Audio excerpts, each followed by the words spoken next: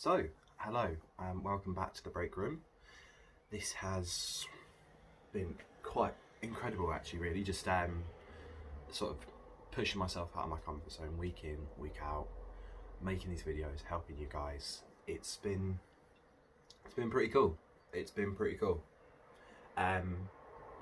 Being able to help you guys, seeing firsthand how much this is helping everyone. It's sort of, it's made it seem like I'm doing this for a reason. I'm not just doing it for me. I'm doing it for you guys as well. Which brings us on to today's topic. So I think there's a big stigma around sort of mental health and talking about mental health. It's come a long way, don't get me wrong, but there's so much more that we need to do in terms of destigmatizing mental health and talking about it and getting these conversations heard.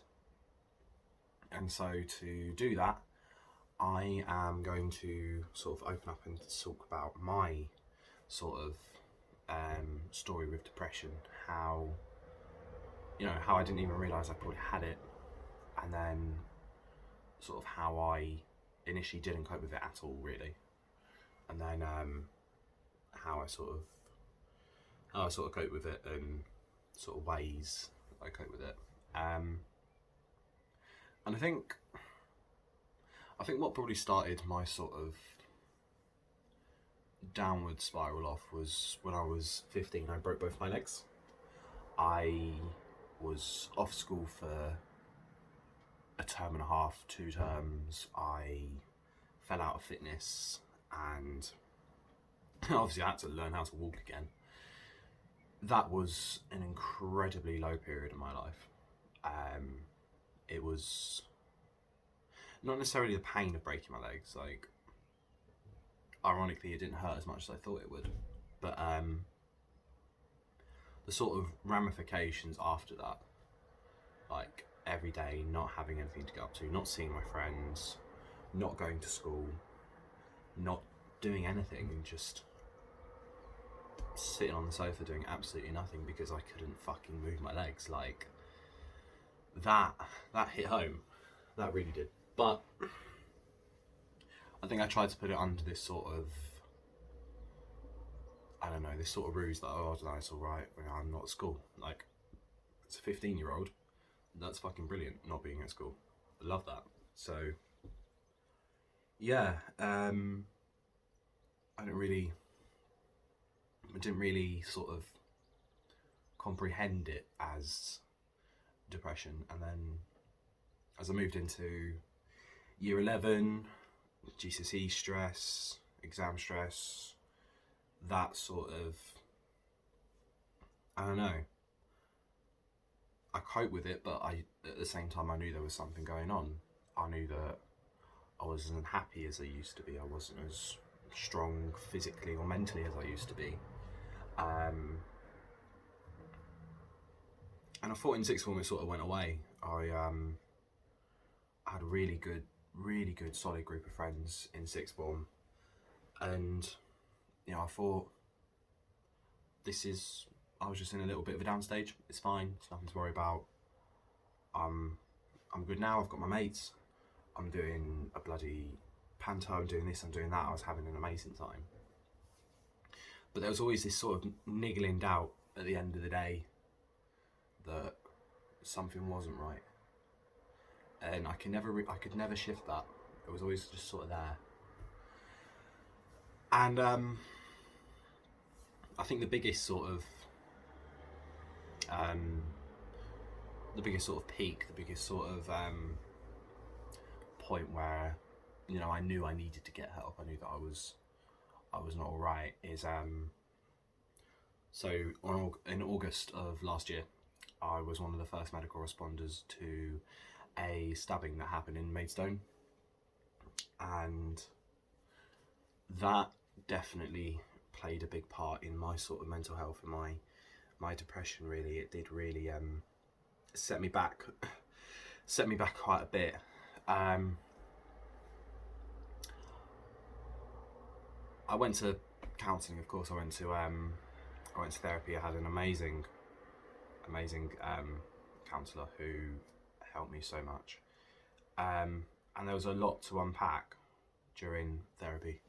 There was a lot to unpack. There was things from my childhood. There was things from the stabbing. There was things from school. There was things from everything that just sort of culminated into the point where I was at.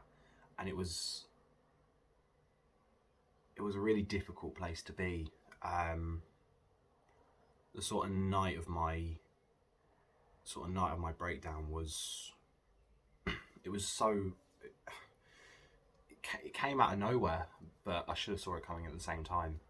I literally went to go see a film with a friend. I just got all my placement clothes, all my uniform for CCAM, and I just broke. Just mentally, just couldn't anymore. Sort of, just a really dark place, and yeah, that was a really low sort of period in my life.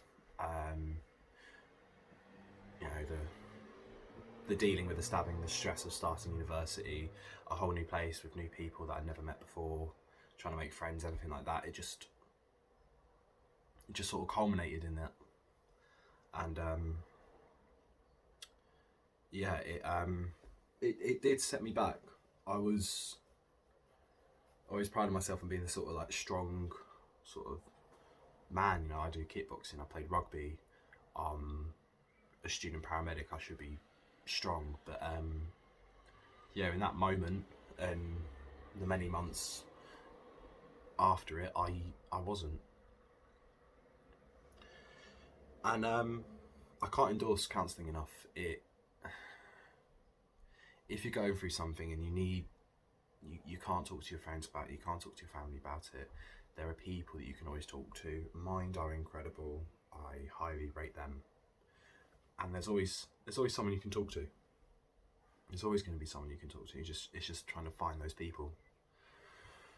But yeah, I'm better now. Signed off from my therapist, which is good. And it's never over. That's the thing with depression. It's never over. You can be this sort of positive person, but you're never gonna forget that sort of period you went through. You're never gonna forget being depressed. You're never gonna forget the sort of rough patches in your life. They're never gonna go away, but what you can do is you can make them not define you, but make them a better you.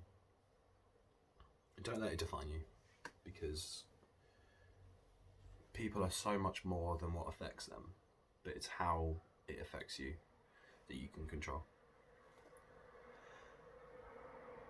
And I think, I don't know, hopefully by rambling about shit that this affects me, it will help you guys.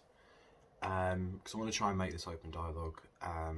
You guys know where my Facebook, Instagram and Snapchat is. Drop me a text if there's something you're struggling with in terms of mental health. I'm not a therapist, don't get me wrong. I haven't got all the answers, but I want you to know that there is someone you can talk to.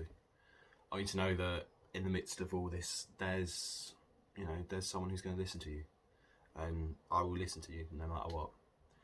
I'll try and help, and I really hope that everyone watching this is doing all right. Lockdown is horrible on anyone's mental health, let alone if you've got pre-existing issues beforehand. So I do hope you are all doing okay. Thank you very much for listening. I know this was a bit of a downer one, but it's important because we need to start this dialogue about mental health. We need to start people talking about their problems, because it's only by then can we find better ways in society by fixing them.